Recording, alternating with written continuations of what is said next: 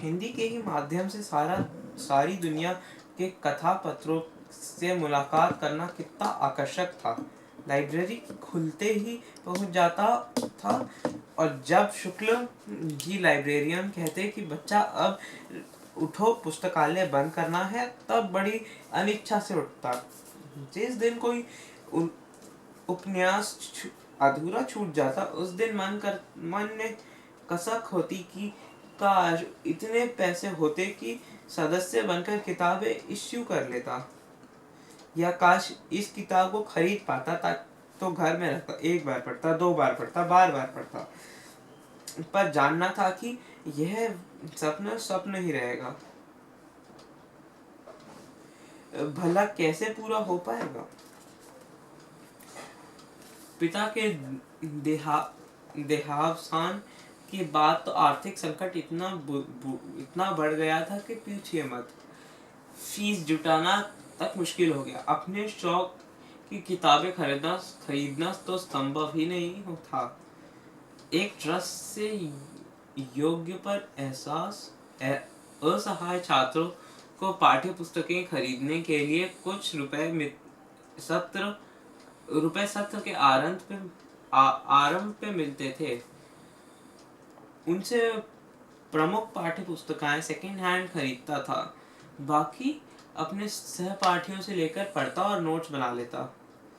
उन दिनों परीक्षा के बाद छात्र अपनी पुरानी पुस्तकें आधे दाम पर बेच देते थे, और उसमें आने वाले नए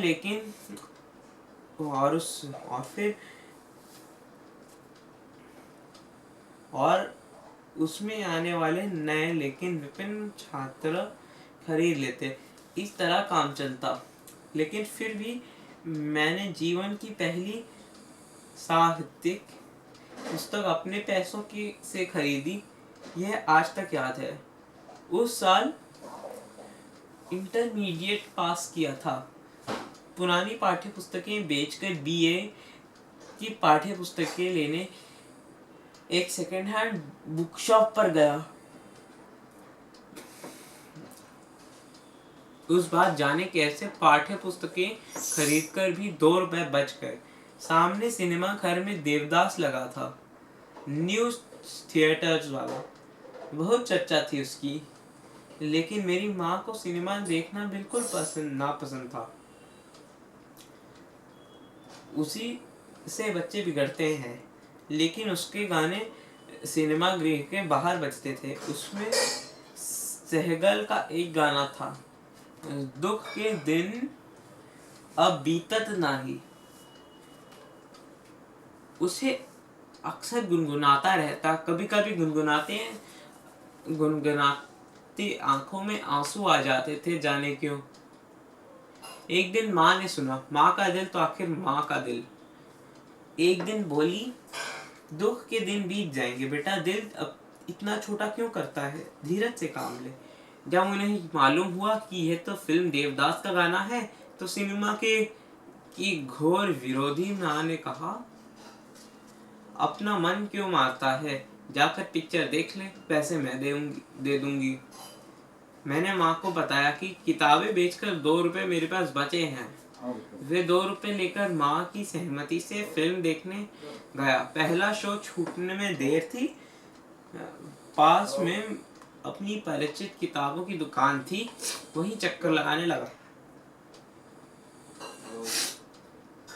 सहसा देखा काउंटर पर एक पुस्तक रखी है, देवदास, लेखक शरत चंद्र चट्टोपाध्याय, दाम केवल 1 रुपया। मैंने पुस्तक उठाकर उल्टी पलटी तो पुस्तक विक्रेता बोला, तुम विद्यार्थी हो, यही अपनी पुरानी किताबें बेचते हो, हमारे पुराने ग्राहक हो, तुमसे अपना कमीशन नहीं लूंगा, केवल 10 आने में यह किताब दे दूंगा। मेरा मन पलट गया, कौन देखे 1.5 रुपए की पिक्चर। 10 आने में देवदास खरीदी, जल्दी जल्दी घर लौट आया और 2 रुपए में से बचे 1 रुपया 6 आना माँ के हाथ में रख दिए। अरे तू लौट कैसे आया, पिक्चर नहीं देखी, माँ ने पूछा। नहीं माँ, फिल्म नहीं देखी, ये किताब ले आया हूँ। माँ की आंखों में आंसू आ गए, खुशी के थे या दुख के, यह नहीं मालूम। वह मेरे अपने पैसे से खरीदी मेरी अपनी निजी लाइब्रेरी की पहली किताब थी। आज जब अपने पुस्तक संकलन पर नज़र डालता हूँ, जिसमें हिंदी, अंग्रेजी उपन्यास, नाटक, कथा संकलन, जीवन या संस्मरण, इतिहास, कला, पुरातत्व, राजनीति की हजारा पुस्तकें हैं, तब कितनी शिद्दत से यह याद आती है अपनी वह पहली पुस्तक की खरीदी।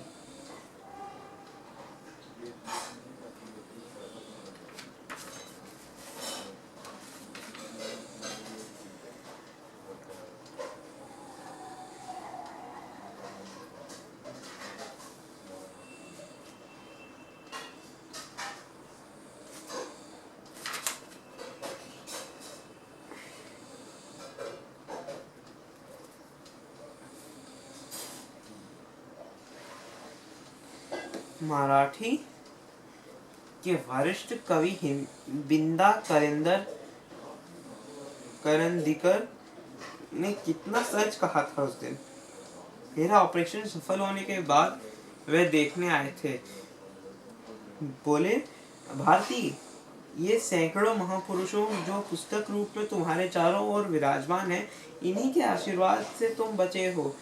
इन्होंने तुम्हें पुनर्जीवन दिया है। मन ही मन प्रणाम किया विंदा को भी और इन महापुरुषों को भी।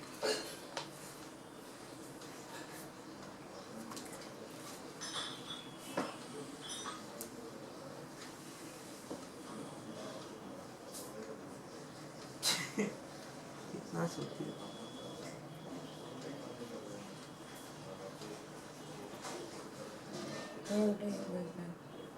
हाँ, 12 बज रहे हैं। कितना बाकी है? हाँ, लिखे हो लास्ट में ऑथर का नाम?